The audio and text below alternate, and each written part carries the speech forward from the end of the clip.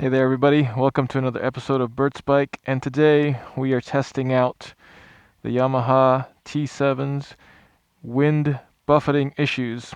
Okay, so if you ever searched wind buffeting Yamaha Tenere, as well as with a lot of adventure bikes, it is a pretty big topic. Some riders that are very short, these windscreens seem to work a lot better for, but with guys that are upwards of 6 foot and up, usually what ends up happening is they need to bring the windshield down, eliminate it all, or get a really tall windscreen. Anything above, let's say, 50 miles an hour, you tend to get a lot of buffeting.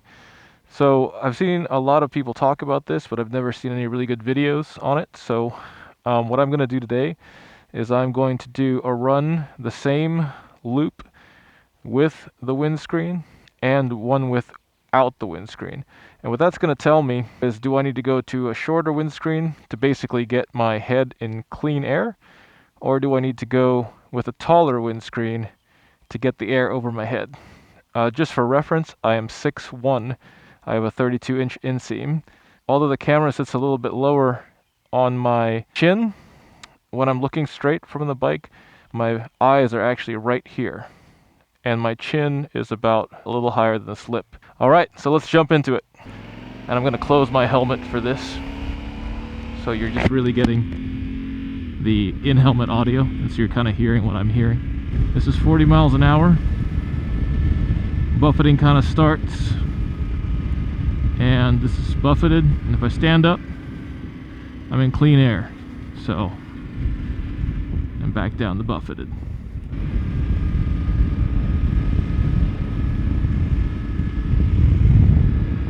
You see when I lean in, the buffeting pretty much goes away.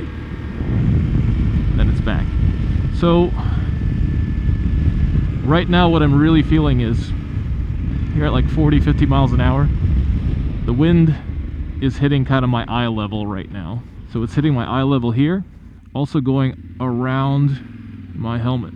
So it's coming up off the screen, hitting my eye level about here. So actually the screen does a pretty good job of throwing it over, let's say, a shorter rider's head, but not somebody definitely 6 foot and up.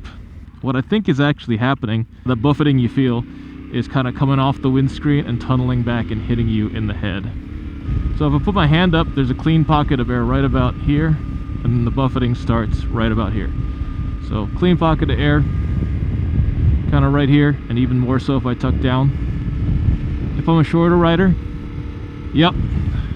If I'm a shorter rider, if I get into a tuck position, pretty much the buffeting's gone, which that's a really good thing. So a lot of people on the internet, kind of fix the issue for them, and it's either a compromise, or it's a really tall screen or a really short screen. I'm feeling like I'm gonna probably have to own a really tall screen, a really short screen, and the adjustable risers, just to have more flexibility with whatever screen I choose.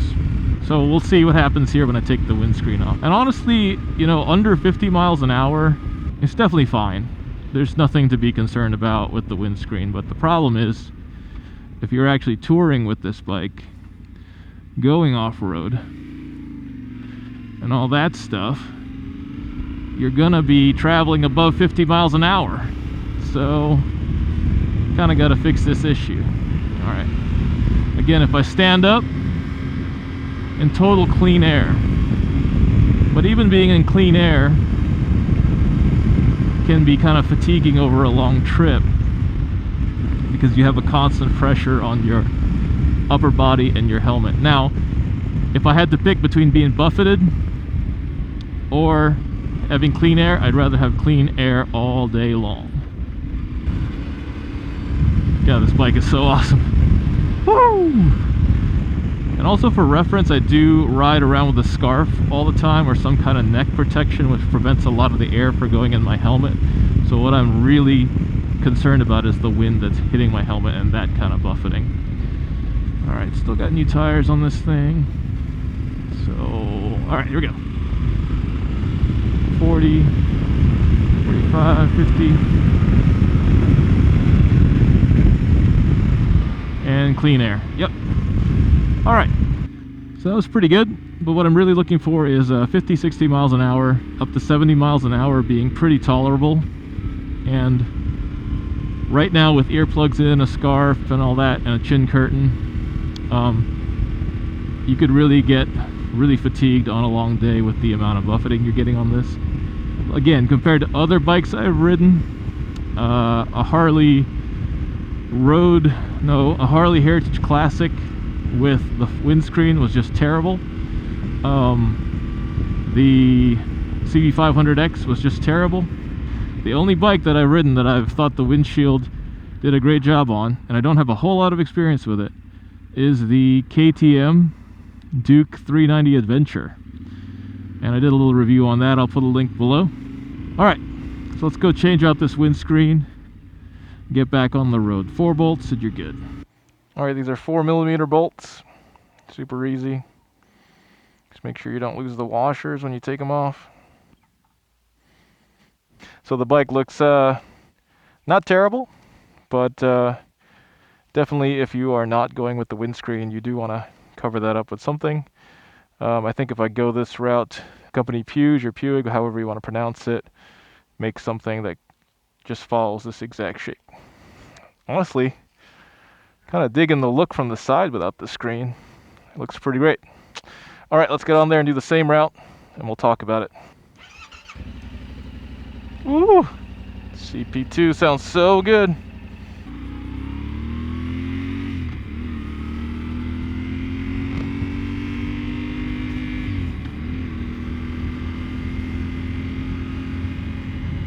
Wow. So far, clean wind. Wow. Now I have the pressure on my chest. 40 miles an hour standing up. It's a little bit better standing up. But now I'm feeling it on my chest mostly. So that's doing pretty good actually. Wow. Alright.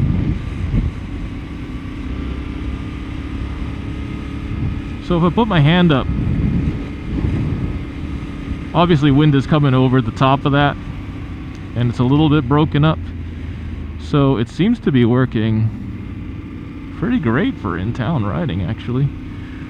Also in the summertime, you might want that wind blast on you to some degree, but it's basically clean wind. I am getting a little bit of buffeting on my right side. I think it's because I got a little crosswind, and I think what's doing that, honestly, are the mirrors. I think the mirrors are kind of right at the right height to where they're throwing that wind sort of at my ear level. You know, at sort of like, you know, being in traffic speeds 35, 40, 50 miles an hour.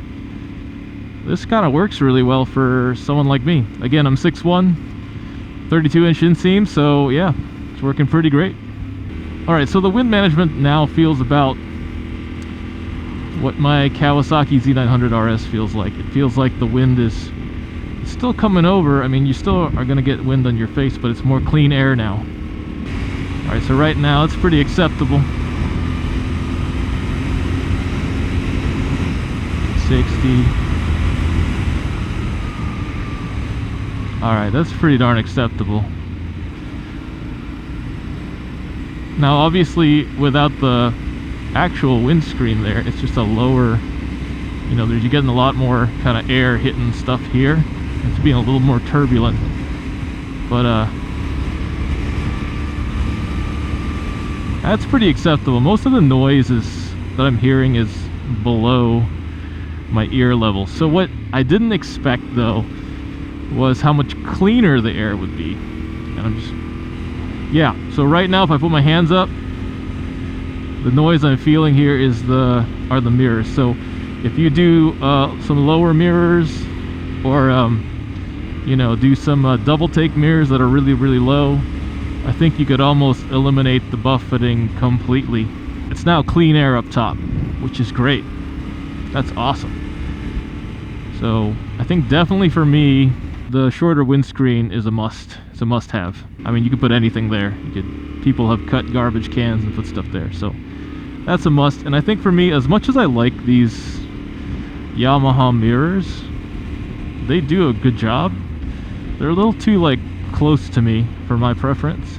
And so I think if they're gonna be that close, I'd rather put a double take mirror on the handguard somewhere, or I'd put it on the bar end or some kind of end mirror. I think I have a solution for that, so we'll see. We'll see what happens.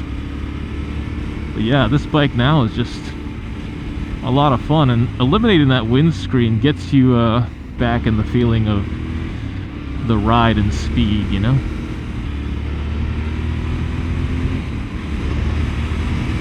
It's pretty good. Yep.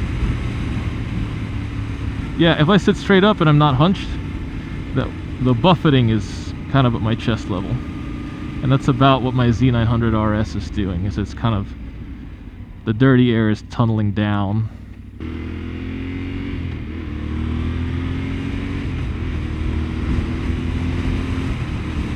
Straight up, clean wind.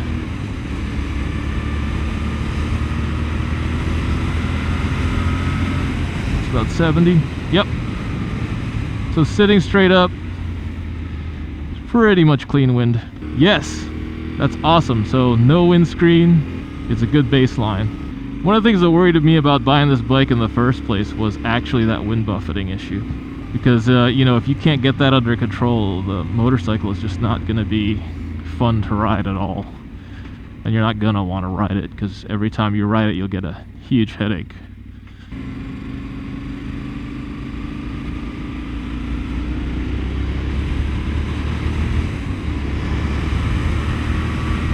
Sitting straight up.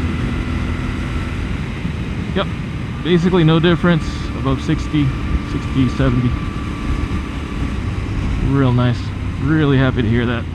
Oh man, super stoked to see that. Let's get back in the garage and talk about what I'm gonna do. Alright, so we did both tests. What are my immediate thoughts? Well, you know, first and foremost, the bike looks kind of out of place without a windscreen, especially since there are wind deflectors down here. So I'm definitely gonna have to get something, and I think I'm gonna get the Puig windscreen. Now what I might also do is get the alt-rider risers, so I can get that windscreen up and down, just depending on if I want to take some pressure off my torso, but that's probably not something I need. I think what I'm gonna do is I'm gonna get the Puig, or Puig, whatever you want to say there, short windscreen, as well as their touring screen. And I just want to try out the touring screen. Now for me, the shorter windscreen is going to work for the majority of everything I do. So, and honestly, I don't really even need to buy that windscreen. I could just get something and do something homemade if I have some stuff lying around. I think that'll be plenty. But I definitely want the bike to look complete, and if I can't get it looking good on my own, then I'll definitely spend the money and buy it. But yeah, I think the solution for me is getting the short sports screen for just everyday riding, and trying out the tall screen to see if I can actually get that buffeting over my head, so I can have the pressure pretty much totally off my chest and my head. That would be, I think, the best of both worlds. And you know what? I might get the tall screen and put the alt-rider brackets on there, so I can get the tall screen even taller. Alright guys, I hope you enjoyed this video. Thanks so much for watching. Please like and subscribe, leave a comment below. It's Bert's Bike, and I'll catch you on the next one.